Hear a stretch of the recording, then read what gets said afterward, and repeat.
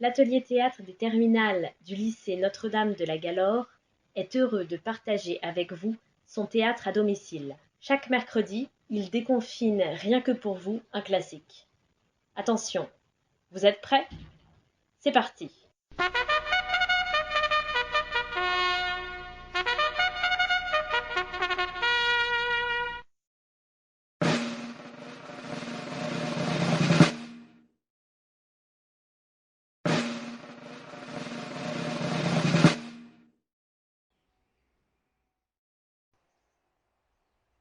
Monstre? Je sais que tu es là. Il y a des jours que je t'attends. Où étais-tu? Quel intérêt avais-tu à être loin de moi, puisque tu es à moi? Pardon. C'est moi qui suis à toi. Enfin non.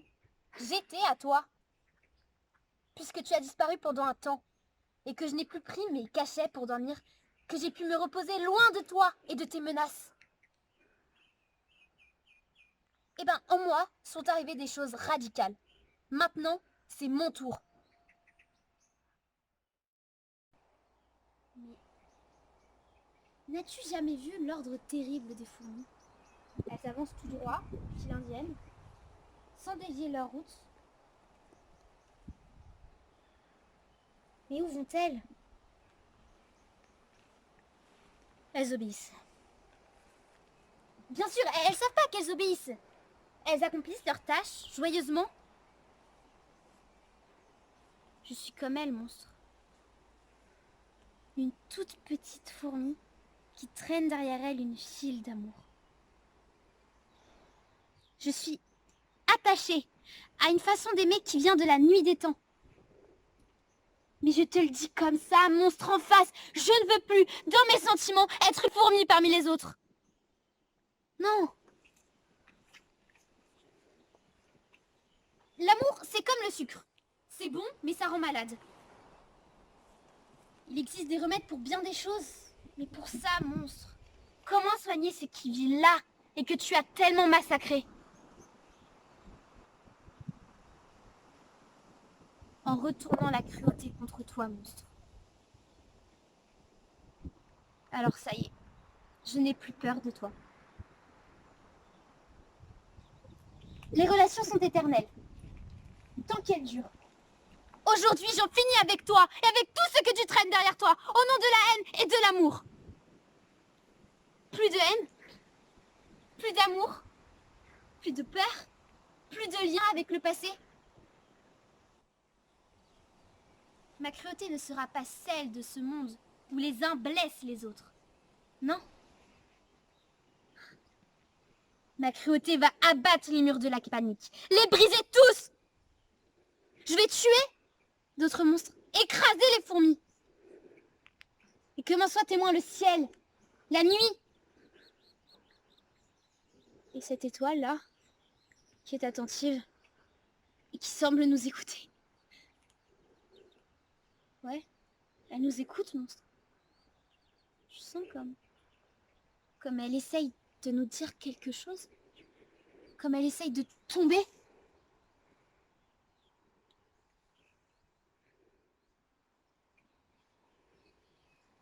Monstre. Serre-moi dans mes bras. J'ai peur.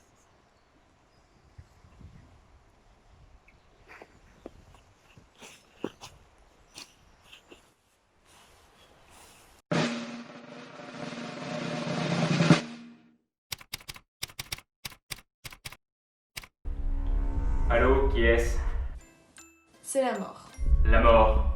Bah oui, quoi. La mort. Le gros, c'est la mort. Bonjour Madame la mort. Mon ami le gros et moi, on aurait deux choses à vous dire. Alors, c'est vous la mort? Oui, c'est moi. J'ai entendu dire que tu voulais me parler. Oui, c'est très urgent si vous voulez tout savoir. Oui, je sais. Seulement, j'avais beaucoup de travail. Maintenant, je suis là. Il n'est pas très prudent de se mettre face à face avec la mort. Arrêtez de vous vanter. Ça fait du bien de temps en temps. Et puis vous en faites pas pour moi et occupez-vous de vos affaires, hein. À voir ce que tu fais avec le cadavre de ta grand-mère, on se demande qui s'occupe des affaires de qui. C'est quoi cette manie que vous avez? Vous trouvez ça beau, vous? Vous trouvez que ça a de l'allure, vous? Évidemment, vu sous cet angle, tu as raison. Seulement que veux-tu? Je suis la mort. Et ce n'est pas un rôle qui est très facile à vivre. Mais c'est le mien. Je suis chargée de venir dire à certains, et à chacun son tour, qu'il est temps de partir. Et c'est aussi pour moi le temps de partir? Ça dépend de toi. Mais alors, on ne se verra jamais si ça dépend de moi. Pour l'instant, ça dépend de toi. Mais un jour viendra, ça va dépendre de moi. Je vais venir, et ce sera alors pour toi le moment. Mais c'est quoi l'idée? Pourquoi tu dois rester chez toi? Pourquoi tu dois revenir? Jules, un jour, toute chose me suivra. L'une après l'autre. Un jour, l'univers lui-même me connaîtra. Les étoiles, les planètes, la Terre et tous les animaux. Et chaque homme et chaque femme, l'un après l'autre, me connaîtront. Tout comme ta grand-mère m'a connue. Moi, la mort, je vous dis d'aller vous faire un œuf. Et je vous crois pas, si vous voulez mon avis. Et à quel sujet tu ne me crois pas? Mais que tout doit vous suivre.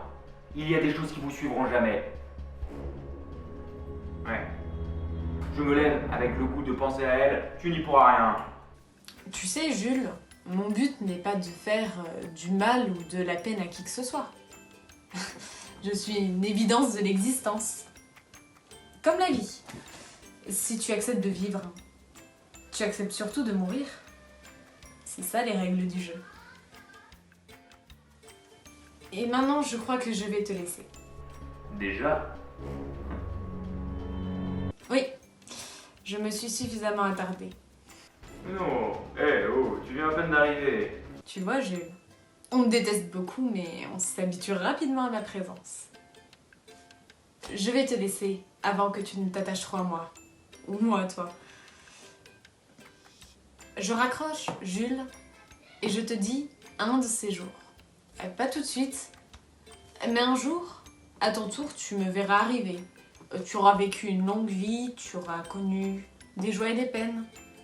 Tu auras aimé, tu auras eu des enfants, des petits-enfants à qui tu parleras toi aussi de Pakamambo, à qui tu diras que les blancs sont noirs et que les noirs sont blancs, et qui auront une grande peine de te voir partir avec moi.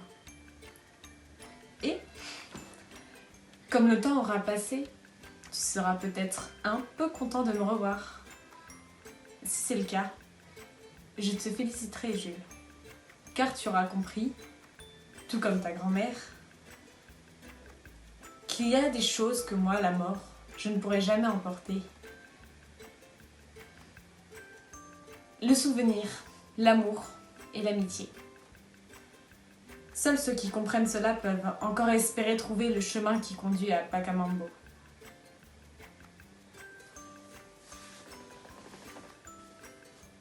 Au revoir, Jules. Je te souhaite une bonne vie.